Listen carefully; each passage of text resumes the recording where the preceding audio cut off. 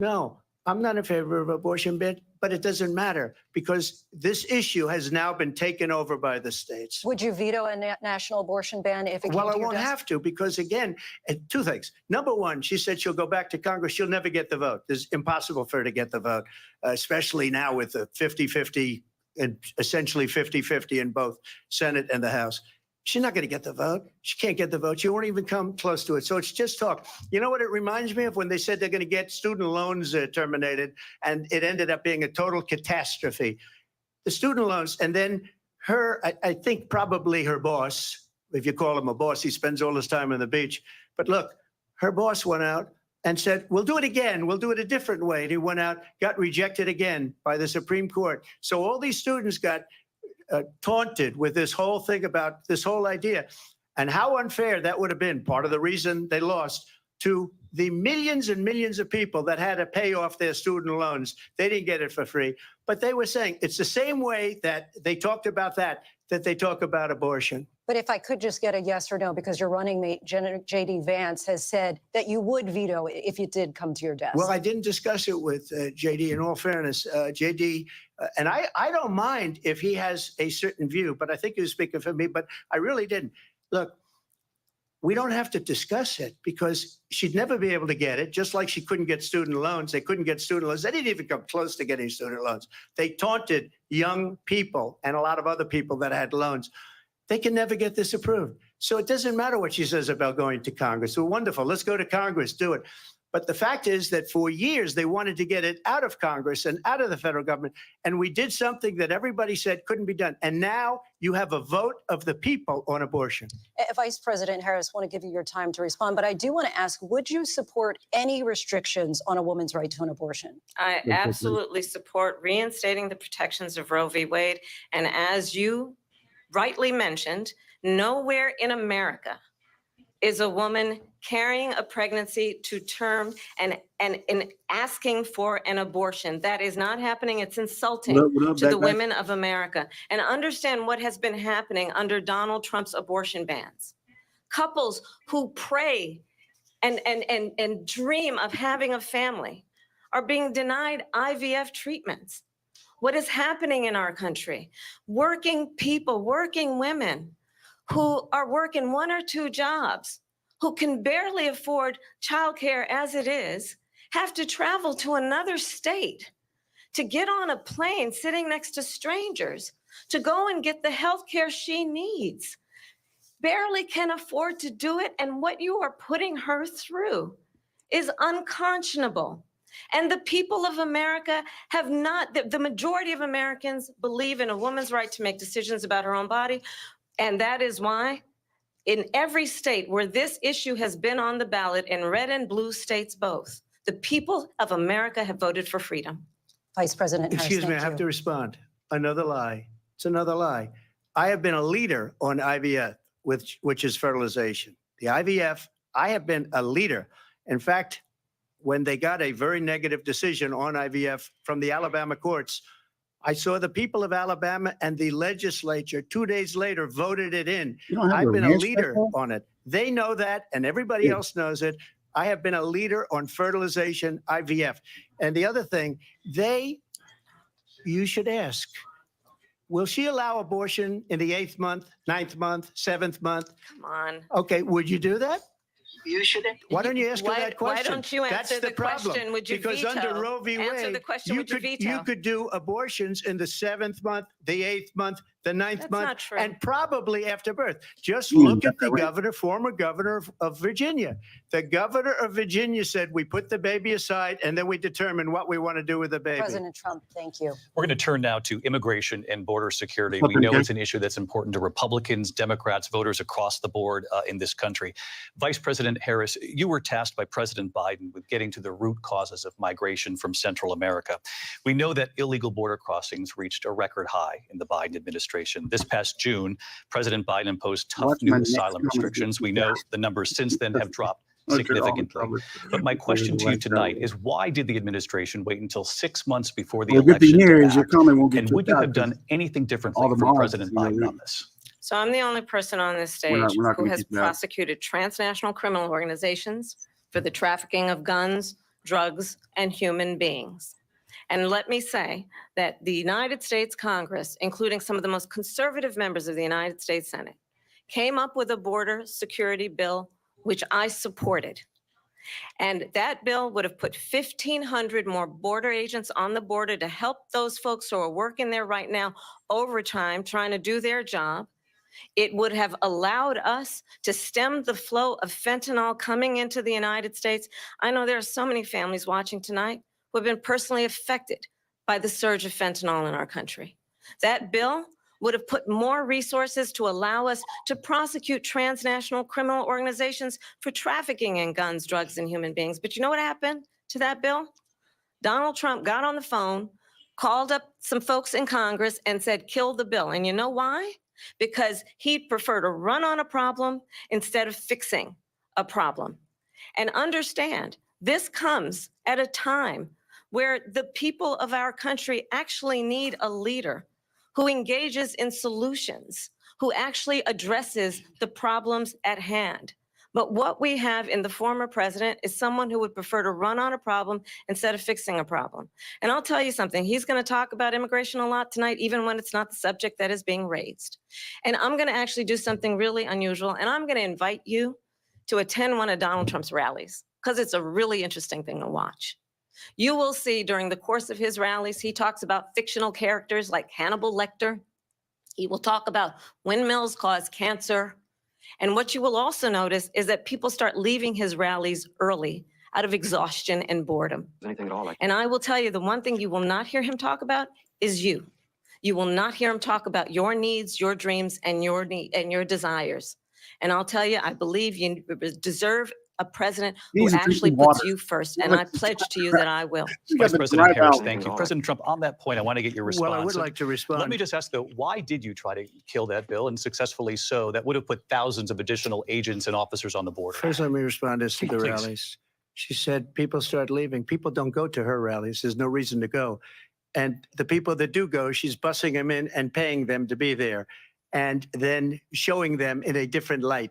So she can't talk about that. People don't leave my rallies. We have the biggest rallies, the most incredible rallies in the history of politics. That's because people want to take their country back. Our country is being lost. We're a failing nation. And it happened 3.5 years ago. And what's going on here, you're going to end up in World War III, just to go into another subject. What they have done to our country by allowing these millions and millions of people to come into our country, and look at what's happening to the towns all over the United States. And a lot of towns don't want to talk. It's not going to be Aurora or Springfield. A lot of towns don't want to talk about it because they're so embarrassed by it. In Springfield, they're eating the dogs, the people that came in. They're eating the cats. They're eating the pets of the people that live there. And this is what's happening in our country. And it's a shame. As far as rallies are concerned, as far as the reason they go is they like what I say. They want to bring our country back. They want to make America great again. It's a very simple phrase, make America great again. She's destroying this country. And if she becomes president, this country doesn't have a chance of success. Not only success, we'll end up being Venezuela on steroids.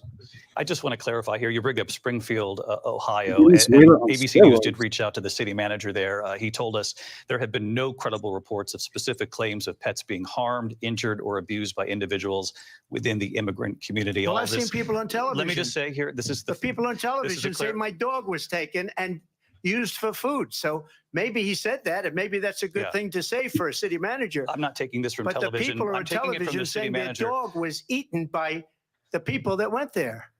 Again, the Springfield city manager says there's no evidence of that. Vice We'll President find Harris, out. I'll let you respond to the rest of what you've heard. You talk about extreme.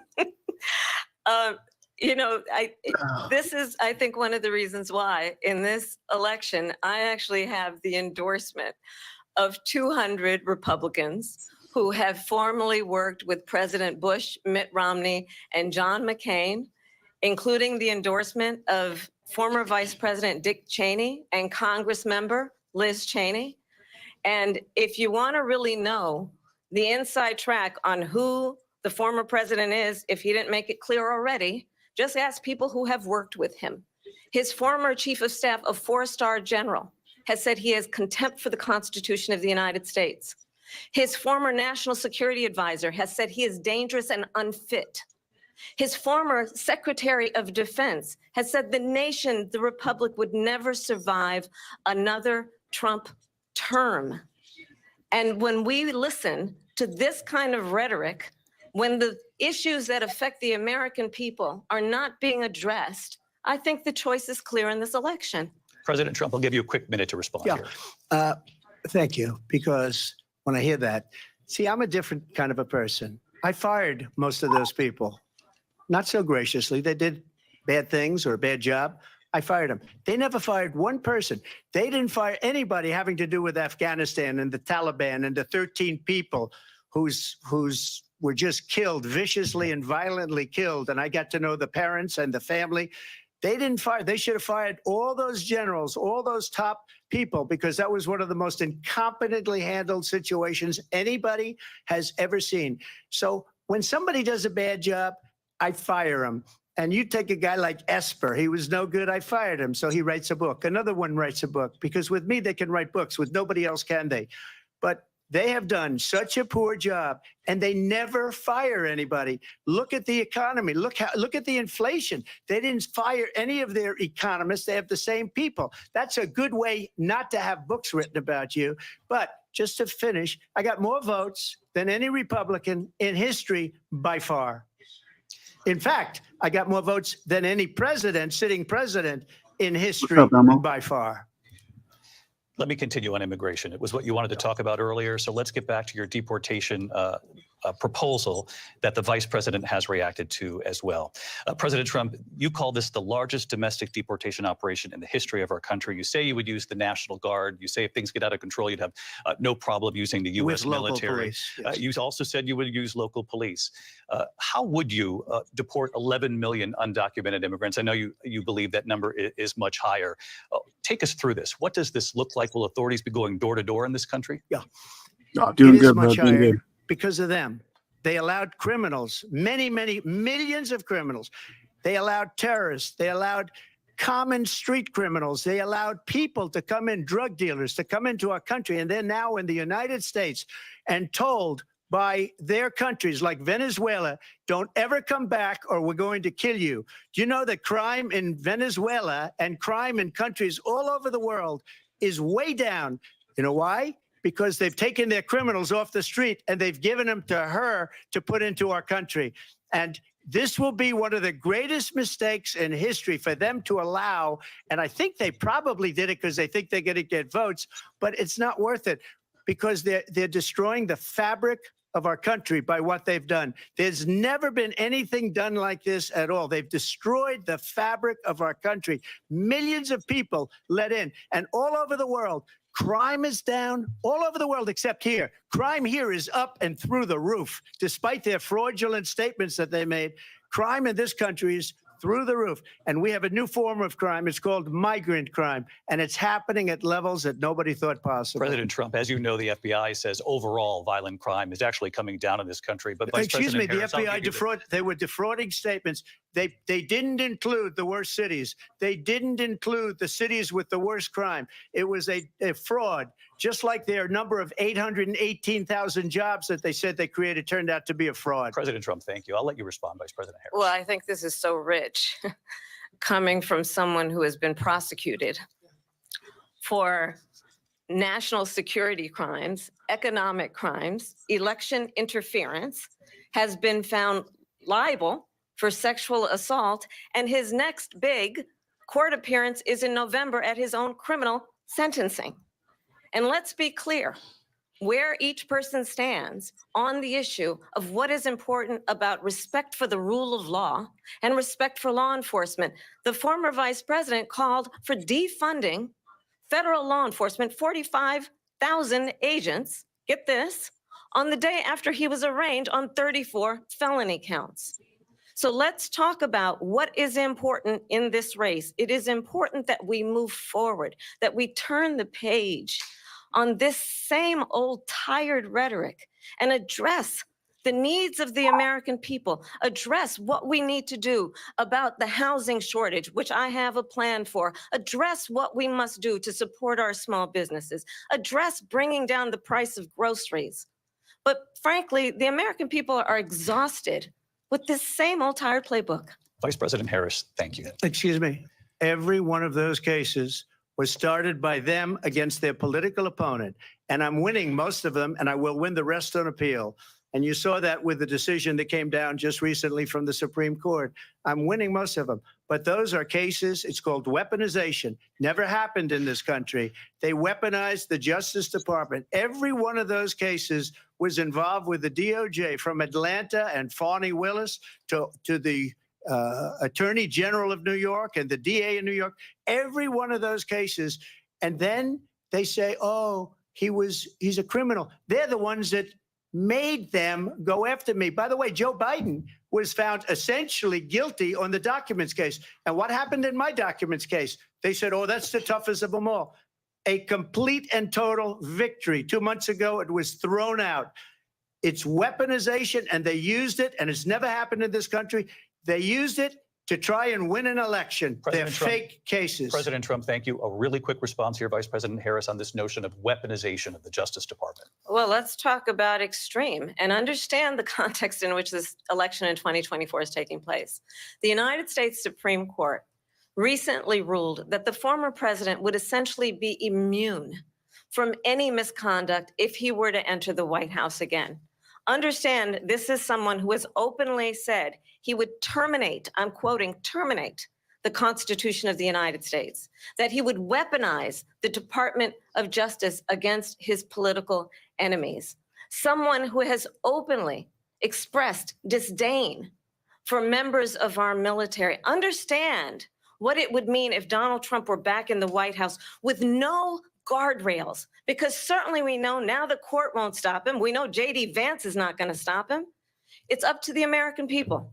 Vice President stop Harris, him. thank you. Lindsay? Vice President Harris, in your last run for president. This is the one that weaponized, not me. She weaponized. I probably took a bullet to the head because of the things that they say about me. They talk about democracy. I'm a threat to democracy. They're the threat to democracy with a President fake Trump, Russia investigation We do have a lot to that get. went nowhere. We have a lot to get to. Lindsay? Vice President Harris, in your last run for president, you said you wanted to ban fracking. Now you don't. You wanted mandatory government buyback programs for assault weapons. Now your campaign says you don't. You supported decriminalizing border crossings. Now you're taking a harder line. I know you say that your values have not changed. So then why have so many of your policy positions changed? So my values have not changed, and I'm going to discuss every one of the, at least every point that you've made. But in particular, let's talk about fracking because we're here in Pennsylvania. I made that very clear in 2020. I will not ban fracking.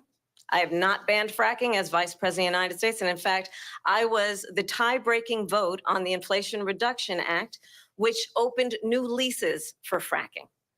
My position is that we have got to invest in diverse sources of energy so we reduce our reliance on foreign oil. We have had the largest increase in domestic oil production in history because of an approach that recognizes that we cannot over-rely on foreign oil. As it relates to my values, let me tell you, I grew up a middle-class kid raised by a hardworking mother who worked and saved and was able to buy our first home when I was a teenager. The values I bring to the importance of home ownership, knowing not everybody got handed $400 million on a silver platter and then filed bankruptcy 6 times, is a value that I bring to my work to say we are going to work with the private sector and home builders to increase 3 million homes, increase by 3 million homes by the end of my first term. My work that is related to having a friend when I was in high school who was sexually assaulted by her stepfather. And my focus then on protecting women and children from violent crime is based on a value that is deeply grounded in the importance of standing up for those who are most vulnerable. My work that is about protecting Social Security and Medicare is based on longstanding work that I have done, protecting seniors from scams. My values have not changed. And what is important is that there is a president who actually brings values and a perspective that is about lifting people up and not beating people down. And name calling. The true measure of the leader is the leader who actually understands the strength is not in beating people down, it's in lifting people up. I intend to be that president. President Trump, your Well, response? first of all, I wasn't given $400 million. I wish I was. My father was a Brooklyn builder, Brooklyn, Queens, and a great father, and I learned a lot from him. But I was given a fraction of that, a tiny fraction, and I built it into many, many billions of dollars, many, many billions. And when people see it, they are even surprised. So we don't have to talk about that. Fracking, she's been against it for 12 years. Defund the police, she's been against that forever. She gave all that stuff up very wrongly, very horribly, and everybody's laughing at it, okay? They're all laughing at it. She gave up at least 12 and probably 14 or 15 different policies. Like, she was big on defund the police. In Minnesota, she went out, wait a minute, I'm talking now, if you don't mind, please. Does that sound familiar? She went out in Minnesota and wanted to let criminals that killed people, that burned down Minneapolis, she went out and raised money to get them out of jail. She did things that nobody would ever think of. Now she wants to do transgender operations on illegal aliens that are in prison. This is a radical left liberal that would do this. She wants to confiscate your guns, and she will never allow fracking in Pennsylvania. If she won the election, fracking in Pennsylvania will end on day one. Just to finish one thing, so important in my opinion. So I got the oil business going like nobody has ever done before. When they took over, they got rid of it, started getting rid of it, and the prices were going up the roof. They immediately let these guys go to where they were. I would have been 5 times, 4 times, 5 times higher, because you're talking about 3.5 years ago. They got it up to where I was because they had no choice, because the prices of energy were quadrupling and doubling. You saw what happened to gasoline. So they said, let's go back to Trump. But if she won the election, the day after that election, they'll go back to destroying our country, and oil will be dead. Fossil fuel will be dead. We'll go back to windmills, and we'll go back to solar, where they need a whole desert to get some energy to come out of. You ever see a solar plant? By the way, I'm a big fan of solar, but they take 400, President 500 acres of desert President soil. Trump, we have a These lot are of not good issues things that for we the have to get environment to. that We're she out of time. understands. Thank you. Lindsay, thank you. We have an election in just 56 days. And I want to talk about the peaceful transfer of power, which, of course, we all know is a cornerstone of our democracy, and the role of a president in a moment of crisis. Mr. President, on January 6th, you told your supporters to march to the Capitol. You said you would be right there with them. The country and the world saw what played out at the Capitol that day, the officers coming under attack. Aides in the West Wing say you watched it unfold on television off the Oval Office. You did send out tweets, but it was more than 2 hours before you sent out that video message telling your supporters to go home. Is there anything you regret about what you did on that day? You just said a thing that isn't covered. Peacefully and patriotically, I said during my speech, not later on. Peacefully and patriotically. And nobody on the other side was killed. Ashley Babbitt was shot by an out-of-control police officer that should have never, ever shot her. It's a disgrace. But we didn't do this group of people that have been treated so badly. I ask, what about all the people that are pouring into our country and killing people that she allowed to pour in? She was the border czar. Remember that. She was the border czar. She doesn't want to be called the border czar because she's embarrassed by the border. In fact, she said at the beginning, oh, I'm surprised you're not talking about the border yet. That's because she knows what a bad job they've done. What about those people? When are they going to be prosecuted? When are these people from countries all over the world, not just South America? They're coming in from all over the world, David, all over the world. And crime rates are down all over the world because of it. But let me just when ask are those, David, when are those people going to be prosecuted? When are the people that burned down Minneapolis going to be prosecuted? Or in Seattle? They went into Seattle. They took over a big percentage of the city of Seattle. When are those people going to be prosecuted? But let me just ask You might ask her that question. You were the president. You were watching it unfold on television. It's a very simple question as we move forward toward another election. Is there anything you regret about what you did on that day? Yes or no? I had nothing to do with that other than they asked me to make a speech. I showed up for a speech. I said, I think it's going to be big. I went to Nancy Pelosi and the mayor of Washington, D.C., and the mayor put it back in writing, as you know. I said, you know, this is going to be a very big rally or whatever you want to call it. And again, it wasn't done by me. It was done by others. I said, I'd like to give you 10,000 National Guard or soldiers. They rejected me. Nancy Pelosi rejected me. It was just 2 weeks ago. Her daughter has a tape of her saying she is fully responsible for what happened. They want to get rid of that tape. It would have never happened if Nancy Pelosi and the mayor of Washington did their jobs. I wasn't responsible for security. Nancy Pelosi was responsible. She didn't do her job. The question was about you as president, not about former Speaker Pelosi. But I do want Vice President Harris to respond here. I was at the Capitol on January 6th.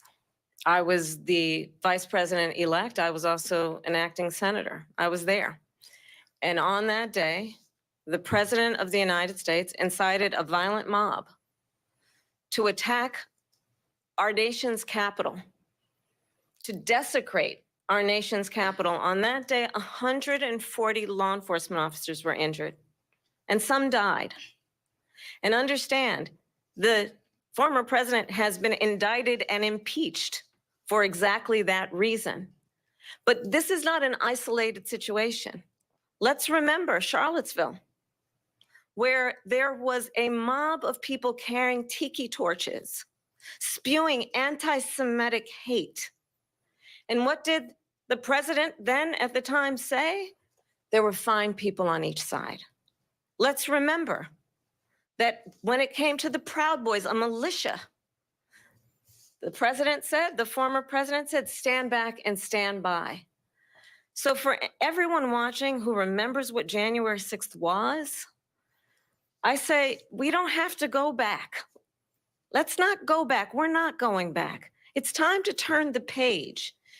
And if that was a bridge too far for you, well, there is a place in our campaign for you to stand for country, to stand for our democracy, to stand for rule of law, and to end the chaos, and to end the approach that is about attacking the foundations of our democracy because you don't like the outcome. And be clear on that point.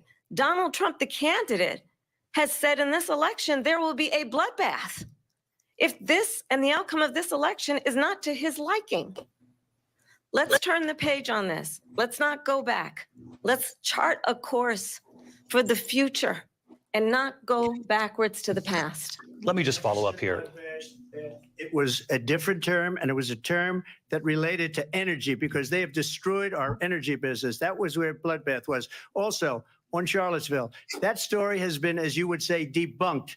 Laura Ingraham, Sean Hannity, Jesse, all of these people, they covered it. If they go an extra sentence, they will see it was perfect. It was debunked in almost every newspaper, but they still bring it up, just like they bring 2025 up. They bring all of this stuff up. I ask you this, you talk about the Capitol. Why are we allowing these millions of people to come through on the southern border? How come she's not doing anything? And I'll tell you what I would do, and I would be very proud to do it. I would say we would both leave this debate right now. I'd like to see her go down to Washington, D.C. during this debate because we're wasting a lot of time. Go down to, because she's been so bad, it's so ridiculous. Go down to Washington, D.C. and let her sign a bill to close up the border because they have the right to do it. They don't need bills.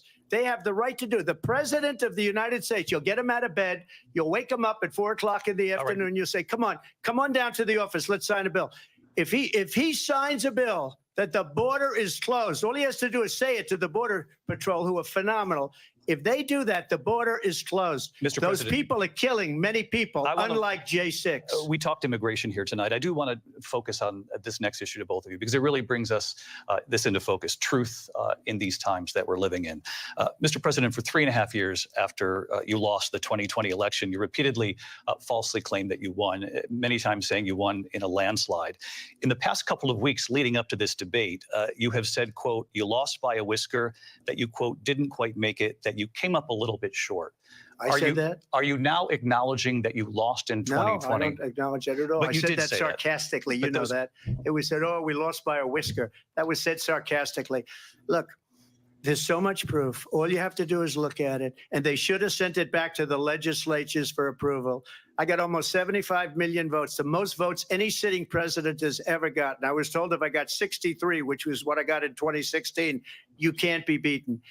The election, people should never be thinking about an election as fraudulent. We need two things. We need walls, and we have to have it. We have to have borders, and we have to have good elections. Our elections are bad. And a lot of these illegal immigrants coming in, they're trying to get them to vote. They can't even speak English. They don't even know what country they're in practically. And these people are trying to get them to vote. And that's why they're allowing them to come into our country. I did watch all of these pieces of video. I didn't detect the sarcasm, lost by a whisker. We didn't quite make it. And we should just point out here as clarification, and you know this, you and your allies, 60 cases in front of many judges, many of them No judge Republicans, looked at it. and said there They was said no we didn't have widespread fraud. standing. That's the other thing. They said we didn't have standing, a technicality. Can you imagine a system where a person in an election doesn't have standing? The president of the United States doesn't have standing. That's how we lost.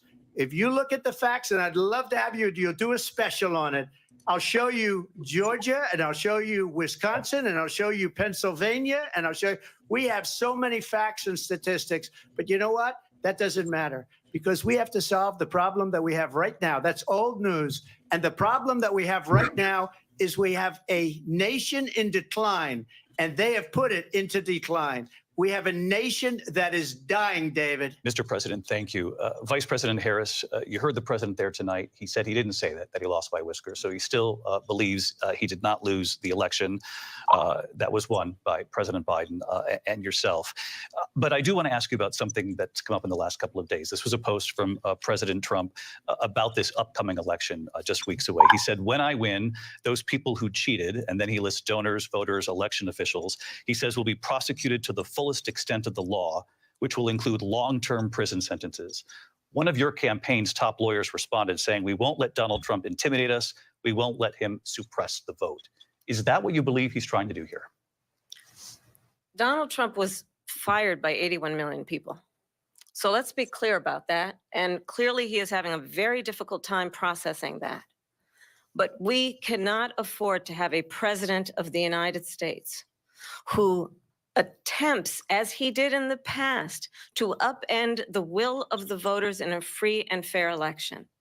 And I'm going to tell you that I have traveled the world as Vice President of the United States, and world leaders are laughing at Donald Trump. I have talked with military leaders, some of whom worked with you, and they say you're a disgrace. And when you then talk in this way in a presidential debate and deny what over and over again are court cases you have lost because you did in fact lose that election, it leads one to believe that perhaps we do not have in the candidate to my right the temperament or the ability to not be confused about fact. That's deeply troubling, and the American people deserve better. I'll give you 1 minute to respond, Mr. President. Let me just say about world leaders. Viktor Orban, one of the most respected men, they call him a strong man. He's a tough person, smart, Prime Minister of Hungary. They said, why is the whole world blowing up? 3 years ago, it wasn't. Why is it blowing up? He said, because you need Trump back as president. They were afraid of him. China was afraid, and I don't like to use the word afraid, but I'm just quoting him.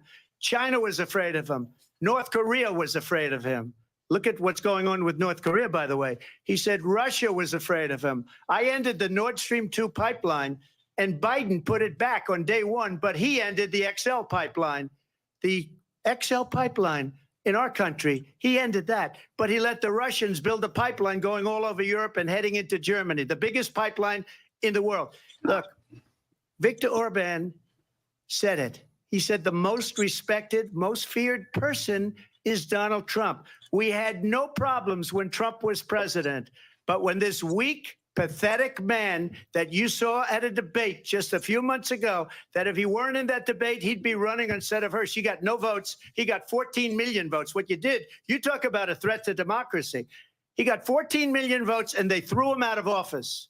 And you know what? I'll give you a little secret. He hates her. He can't stand her. But he got 14 million votes. They threw him out. She got 0 votes. And when she ran, she was the first one to leave because she failed. And now she's running. I don't understand it, but Mr. I'm President, okay with it Mr. because President, your time is I up. think we're Thank going to you. do very well. We've got a lot more to get to. Turning now Yes. to the Israel-Hamas war and the hostages who are still being held, Americans among them. Vice President Harris, in December, you said, quote, Israel has a right to defend itself, but you added, quote, it matters how, saying international humanitarian law must be respected. Israel must do more to protect innocent civilians. You said that 9 months ago. Now an estimated 40,000 Palestinians are dead. Nearly 100 hostages remain. Just last week, Prime Minister Benjamin Netanyahu said there's not a deal in the making. President Biden has not been able to break through the stalemate. How would you do it? Well, let's understand how we got here. On October 7, Hamas, a terrorist organization, slaughtered 1,200 Israelis, many of them young people who were simply attending a concert. Women were horribly raped. And so absolutely, I said then, I say now, Israel has a right to defend itself. We would. And how it does so matters, because it is also true, far too many innocent Palestinians have been killed. Children, mothers. What we know is that this war must end. It must end immediately. And the way it will end is we need a ceasefire deal and we need the hostages out. And so we will continue to work around the clock on that. Work around the clock, also understanding that we must chart a course for a two-state solution. And in that solution, there must be security for the Israeli people and Israel, and in equal measure for the Palestinians. But the one thing I will assure you always, I will always give Israel the ability to defend itself, in particular as it relates to Iran and any threat that Iran and its proxies pose to Israel. But we must have a two-state solution where we can rebuild Gaza, where the Palestinians have security, self-determination, and the dignity they so rightly deserve. President Trump, how would you negotiate with Netanyahu and also Hamas in order to get the hostages out and prevent the killing of more innocent civilians in Gaza? If I were president, it would have never started. If I were president, Russia would have never, ever, I know Putin very well, he would have never, and there was no threat of it either, by the way, for 4 years, have gone into Ukraine and killed millions of people when you add it up, far worse than people understand what's going on over there. But when she mentions about Israel, all of a sudden, she hates Israel. She wouldn't even meet with Netanyahu when he went to Congress to make a very important speech. She refused to be there because she was at a sorority party of hers. She wanted to go to the sorority party. She hates Israel. If she's president, I believe that Israel will not exist within 2 years from now. And I've been pretty good at predictions, and I hope I'm wrong about that one. She hates Israel. At the same time, in her own way, she hates the Arab population because the whole place is going to get blown up. Arabs, Jewish people, Israel will be gone. It would have never happened. Iran was broke under Donald Trump. Now Iran has $300 billion because they took off all the sanctions that I had. Iran had no money for Hamas or Hezbollah or any of the 28 different spheres of terror. And they are spheres of terror, horrible terror. They had no money. It was a big story, and you know it. You covered it very well, actually. They had no money for terror. They were broke. Now they're a rich nation. And now what they're doing is they're spreading that money around. Look at what's happening with the Houthis and Yemen. Look at what's going on in the Middle East. this would have never happened. I will get that settled and fast, and I'll get the war with Ukraine and Russia ended. If I'm president-elect, I'll get it done before even becoming president. Vice President Harris, he says you hate Israel. That's absolutely not true. I have my entire career and life supported Israel and the Israeli people. He knows that. He's trying to, again, divide and distract from the reality, which is it is very well known that Donald Trump is weak and wrong on national security and foreign policy. It is well known that he admires dictators, wants to be a dictator on day one, according to himself. It is well known that he said of Putin that he can do whatever the hell he wants and go into Ukraine. It is well known that he said when Russia went into Ukraine, it was brilliant. It is well known he exchanged love letters with Kim Jong-un. And it is absolutely well known that these dictators and autocrats are rooting for you to be president again because they're so clear. They can manipulate you with flattery and favors. And that is why so many military leaders who you have worked with have told me you are a disgrace. That is why we understand that we have to have a president who is not consistently weak and wrong on Vice national President security, Harris. including the importance of upholding and respecting in highest regard our military. Vice President Harris, thank you. They're the ones, and she's the one that caused it, that's weak on national security by allowing every nation last month for the year, 168 different countries sending people into our country. Their crime rates are way down. Putin endorsed her last week, said, I hope she wins. And I think he meant it because what he's gotten away with is absolutely incredible. It wouldn't have happened with me. The leaders of other countries think that they're weak and incompetent, and they are. They're grossly incompetent. And I just ask one question. Why does Biden go in and kill the Keystone Pipeline and approve the single biggest deal that Russia's ever made, Nord Stream 2, the biggest pipeline anywhere in the world going to Germany and all over Europe? Because they're weak and they're ineffective. And Biden, by the way, President gets paid Trump, a lot of money. Thank you. We have a lot of issues to get to. We'll be right back with much more of this historic ABC News presidential debate from the National Constitution Center right here in Philadelphia. Back in a moment.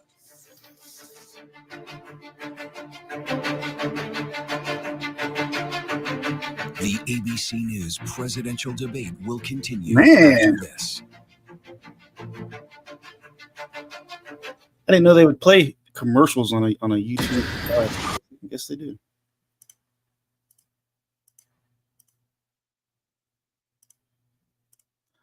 Let's see. What is up, Elmo? What's up, JR? Waddy in the house. That guy. What's going on? What's going on? So it looks like I'm going to be able to stream a lot more now that my schedule's changed. So I'll be jumping on here doing random shit. I know I'm going to try to do like a regular stream on Sundays and then maybe a couple times a week. Just I got to find the right day though. So we'll be hanging out. Elmo, it's been a minute, man. Long time no talk. Let's see. He uses facts and actually names countries and numbers. She beats around the bush. Of course, ABC plays commercials. I know, no shit. They're still playing commercials too.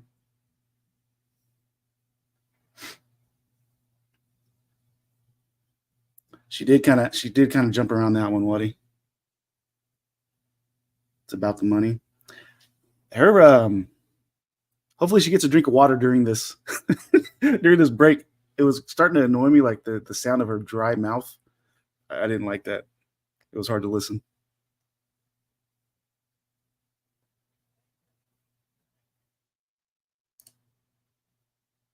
Similar, yeah.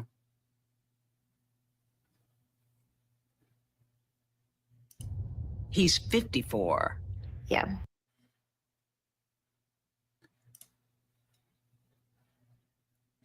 Waving her hand in front of her mouth. Send me a link, bro. Yeah, I got you, Waddy. I got about 20 more minutes, so I won't be able to stay on long, but I'll shoot you a link if you want one.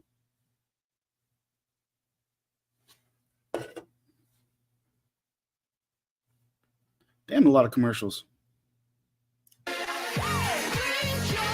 morning, America. Good morning, America.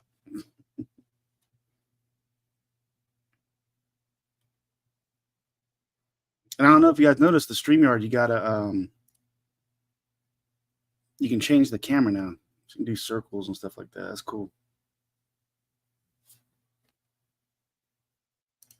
Make your background black and just have your face only.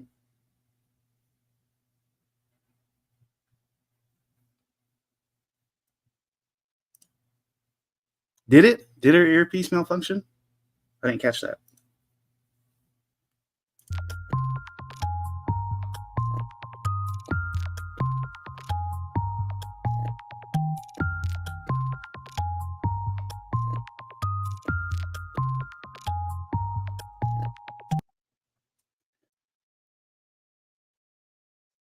It's a long pause.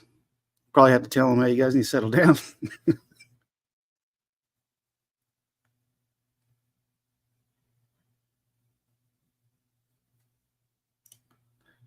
Shoot Waddy that link real quick.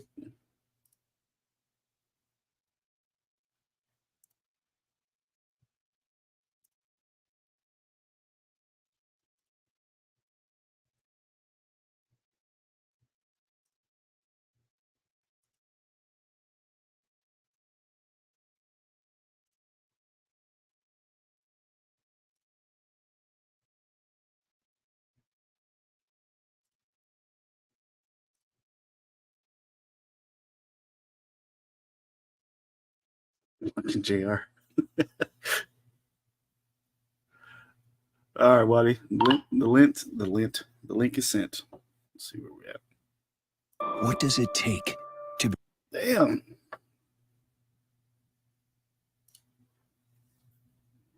I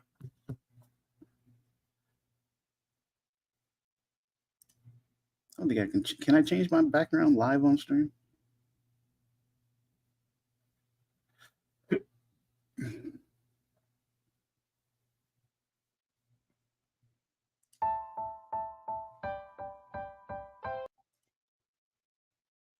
Here we go.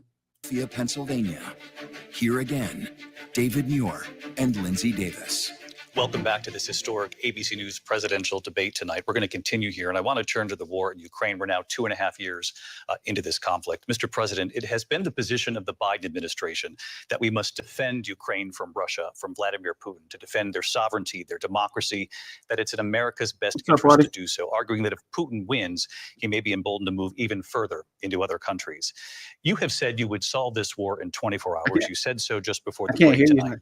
How exactly would my daughter was using my do computer you want Ukraine and to win messed this up the war? whole camera. I want the war to stop. I want to save lives that are being uselessly, people being killed by the millions. It's the millions. It's so much worse than the numbers that you're getting, which are fake numbers. Look, we're in for 250 billion or more because they don't ask Europe, which is a much bigger beneficiary to getting this thing done than we are. They're in for $150 billion less because Biden and you don't have the courage to ask Europe like I did with NATO.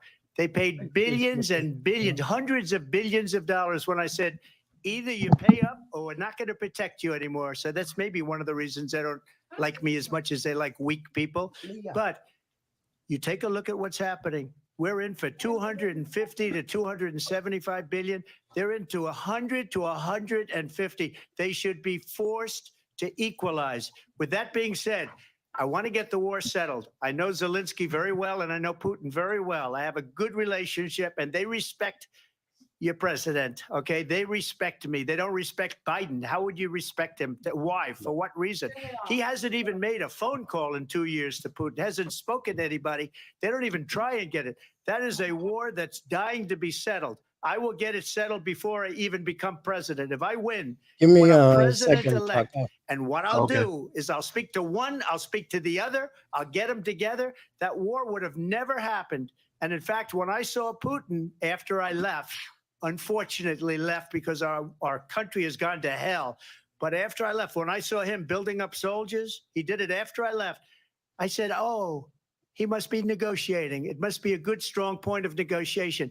Well, it wasn't, because Biden had no idea how to talk to him. He had no idea how to stop it. And now you have millions of people dead, and it's only getting worse, and it could lead to World War III. Don't kid yourself, David. We're playing with World War III, and we have a president that we don't even know if he's, where is our president? We don't even know if he's a president. And just to clarify They here, threw him out of a campaign like a dog. We don't even know. Is he our president? But we have a president Mr. that President, doesn't know he's alive. your time is up.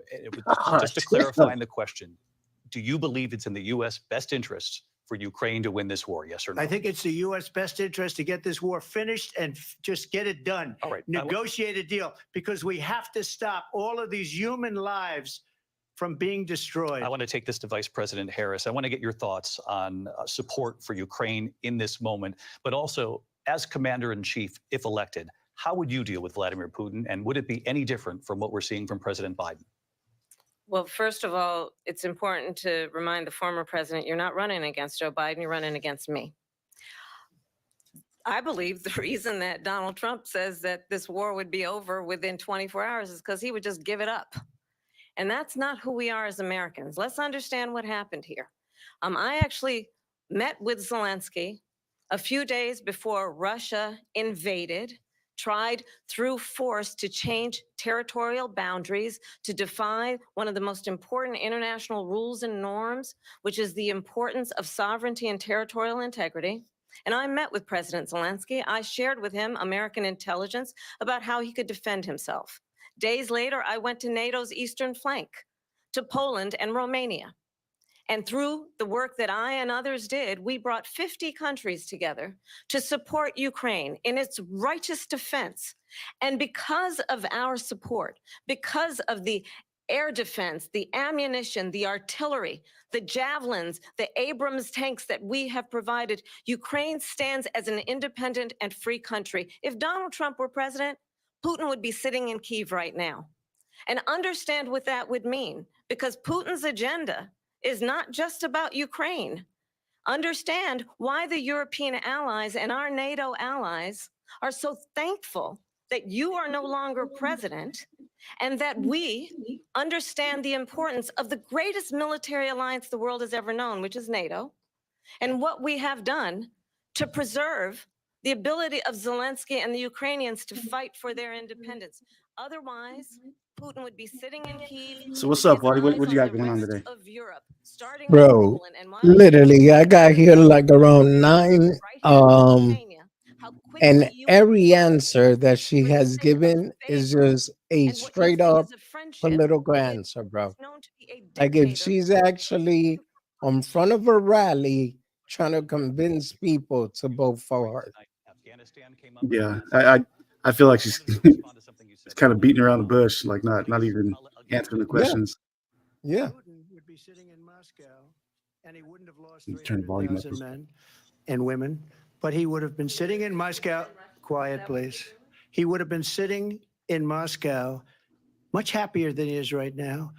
But eventually, you know, he's got a thing that other people don't have. He's got nuclear weapons. They don't ever talk about that. He's got nuclear weapons. Nobody ever thinks about that.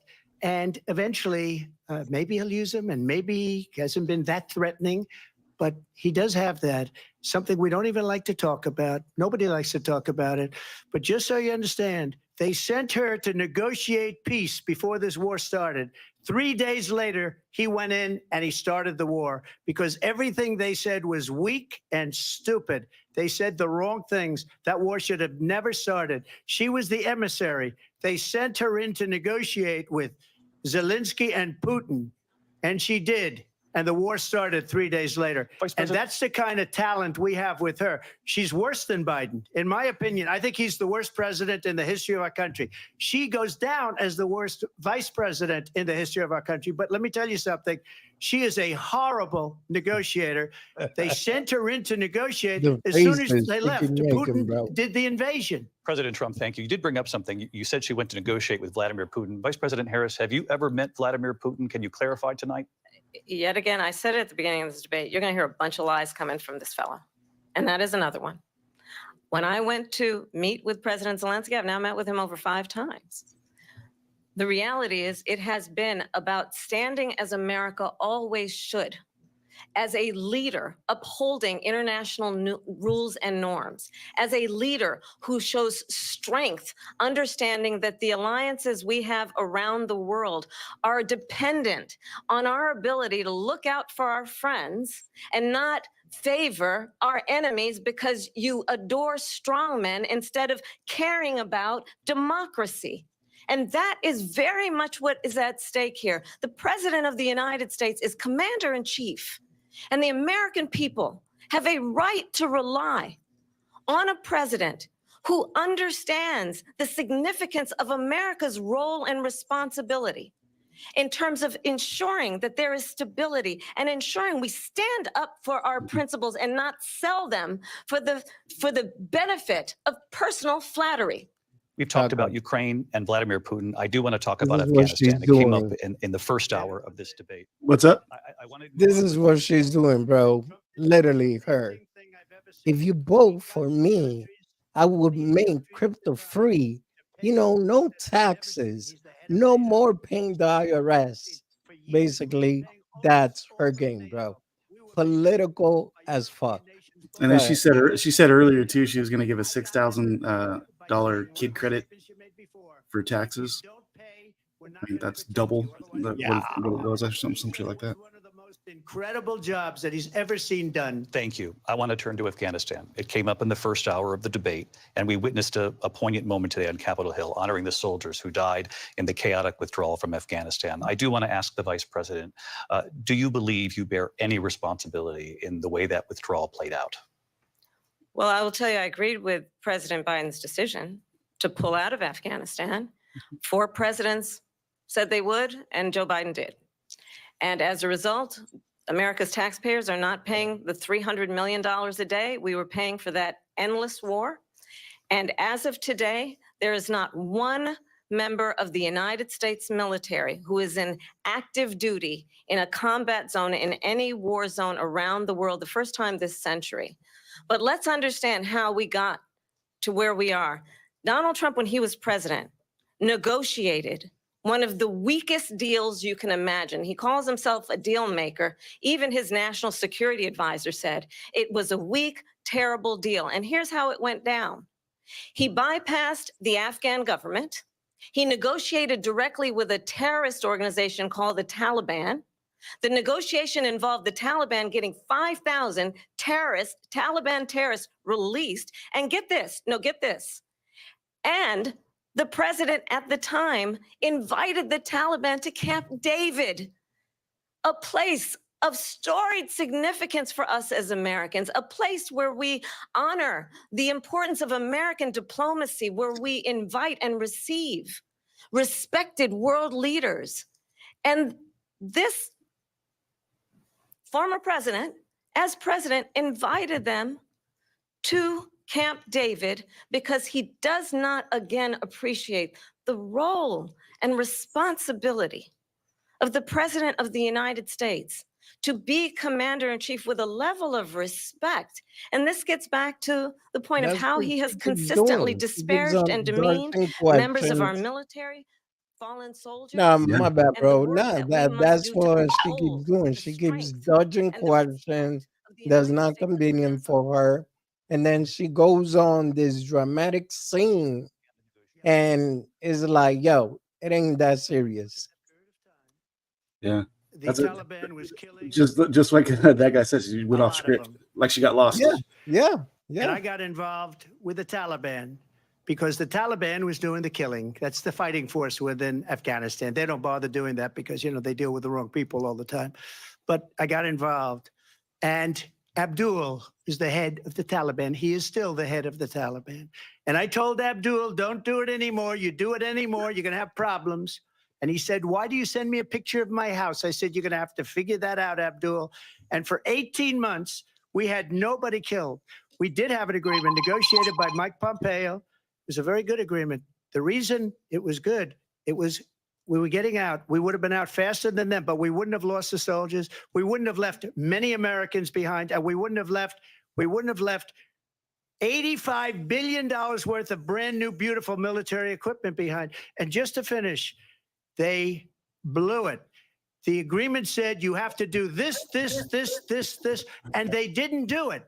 They didn't do it. The agreement was terminated by us because they didn't do what they were supposed to do. I want to move And on. these people did the worst withdrawal, and in my opinion, the most embarrassing moment in the history of our country. And by the way, that's why Russia attacked Ukraine, because they saw how incompetent she and her boss are. President Trump, thank you.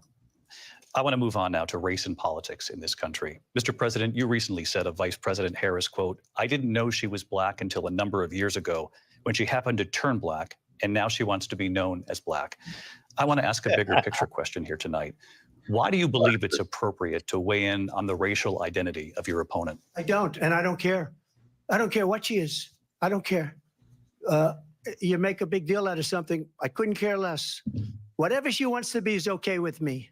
But those were your words. So I'm I don't asking. know. I don't know. I mean, all I can say is I read where she was not black, that she put out, and I'll say that. And then I read that she was black, and that's okay. Either one was okay with me. That's up to her. That's up to her. Vice President Harris, your thoughts on this? I think it's, I mean, honestly, I think it's a tragedy that we have someone who wants to be president up, who Steve? has consistently, over the course of his career, attempted to use race to divide the American people.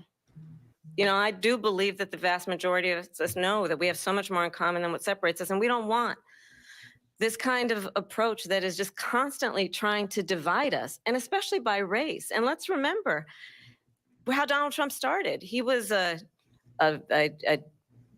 land, he owned buildings, and he was investigated because he refused to rent property to black families.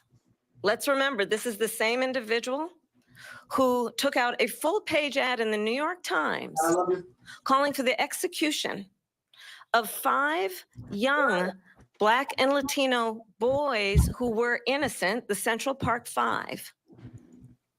Took out a full-page ad calling for their execution. This is the same individual who spread birther lies about the first Black president of the United States.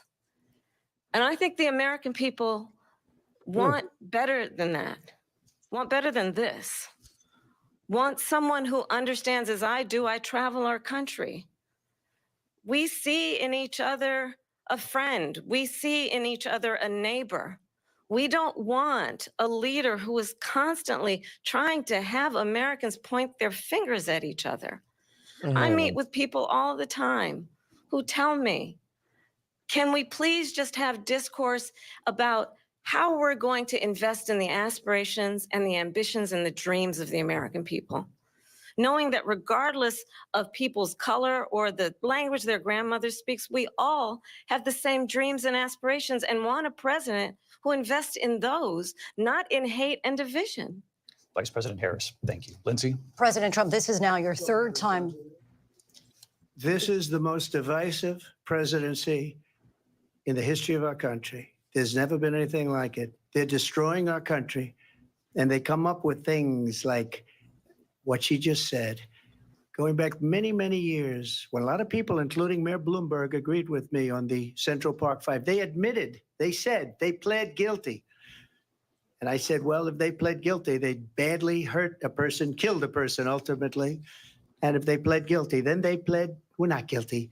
But this is a person that has to stretch back years, 40, 50 years ago, because there's nothing now. I built one of the greatest economies in the history of the world, and I'm going to build it again. It's going to be bigger, better, and stronger. But they're destroying our economy. They have no idea what a good economy is. Their oil policies, every single policy. And remember this, she is Biden. You know, she's trying to get away from Biden. I don't know the gentleman, she says. She is Biden. The worst inflation we've ever had, a horrible economy because inflation has made it so bad, and she can't get away with that. Thank you. Your time is up. I Lindsay. want to respond to that, though. I want to just respond briefly. Clearly, I am not Joe Biden, and I am certainly not Donald Trump. And what I do offer is a new generation of leadership for our country, one who believes in what is possible, one who brings a sense of optimism about what we can do instead of always disparaging the American people. I believe in what we can do to strengthen our small businesses, which is why I have a plan. Let's talk about our plans and let's compare. Bro, Man. something about her is just like so freaking fake. Can't stand it, man. I don't think I can watch any more of that, dude. but I actually got to get going to work. I'm just like, that's All hard right, to watch bro. when she's talking. Appreciate you jumping on, man. I'm gonna be able to stream during the day a lot more. So be random shit. I'll send you a link if you ever want to jump on. Yeah. And Let me hang know, out. bro. Just stuff like this and just whatever. You know, I got to get my streaming game back up, and now that I'm working nights, I got the opportunity.